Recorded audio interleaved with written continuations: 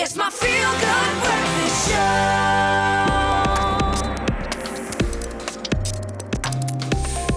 Welcome back to it, your feel-good breakfast show, bringing forth all the feel-good feelings. Listen, we're about to check out some of the latest news from the world of technology, and here's a concept that you might not have heard of before. It's called deepfake video. Now, it's a combination of two things: deep learning and fake videos. If that still has you baffled, well, basically, it's using machine learning that is able to then digitally change a person's face in a video. And we've touched on this subject before in the past, but technology is getting better and better. And at some point, we might actually not be able to tell the difference between what's real and what's fake. And here to unpack this for us is, of course, our expert tech friend, Bryan Smith. Always good to have you here with us. And before we actually get into the discussion, we want you to take a look at this video, a deepfake video where actor Steve Buscemi's face was put onto Jennifer Lawrence. Take a look. My favorite is probably Lisa Vanderpump. My least favorite, I don't want to have to say. I mean, I don't want to have to say, because who knows when you're going to run into these people. You know? Jennifer, over here to your right. I hope I don't. I hope I'm never in that situation. No, man, this is so where I'm wrong. like, all the housewives are here. Anyway. Actually, I take that back. I do want to be in that situation. That is so wrong. Jennifer Lawrence, we're so sorry that had to happen. But wow, this is what technology is able to do. But let's backtrack it a little bit and talk about how this technology actually emerged. Right, so if you consider over the past couple of years, we've had greater access to facial recognition.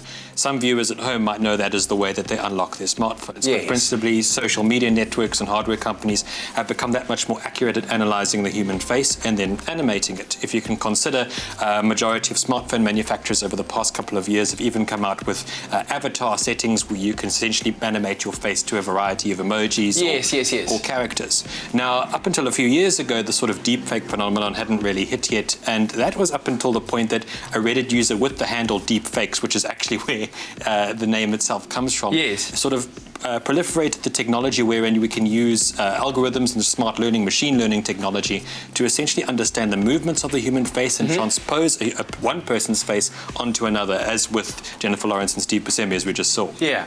So let's talk about how these deepfakes are created.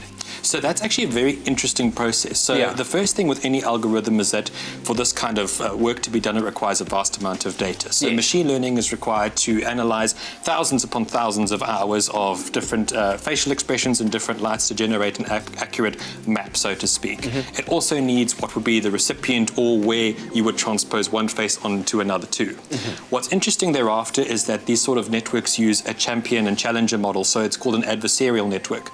To break that bit of jargon down, what's actually happening is that one network will attempt to map out and create an accurate transposition, essentially, of one face onto another, while another network is tasked with identifying whether it's a fake or not.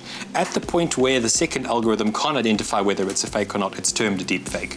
Wow, it's mind-blowing. And I mean, does it have any practical benefits, this kind of technology, other than, you know, the possible dangers that are out there? But are there any practical benefits to it? It definitely does. So one of the really interesting ideas is potentially having AI-led news anchors where you could essentially map one person's face and then have them deliver the news, whereas you'd need to employ a human being. You could essentially have an artificial intelligence do it, and you wouldn't necessarily be any the wiser. Other interesting applications are, of course, in the movie space. You may be able to bring an actor back to life for a credit on a film posthumously, and as well, the technology isn't necessarily limited to the human face. You could use it to create juxtapositions or interesting shots in landscapes, as well to create fantasies or any number of different settings for science fiction to fantasy. That is absolutely extraordinary, and we're going to continue our conversation a little bit later on, trying to find out even more about this deep fake phenomenon. Wow. Like, the only real way you can actually tell whether something is real or not is by being able to touch it.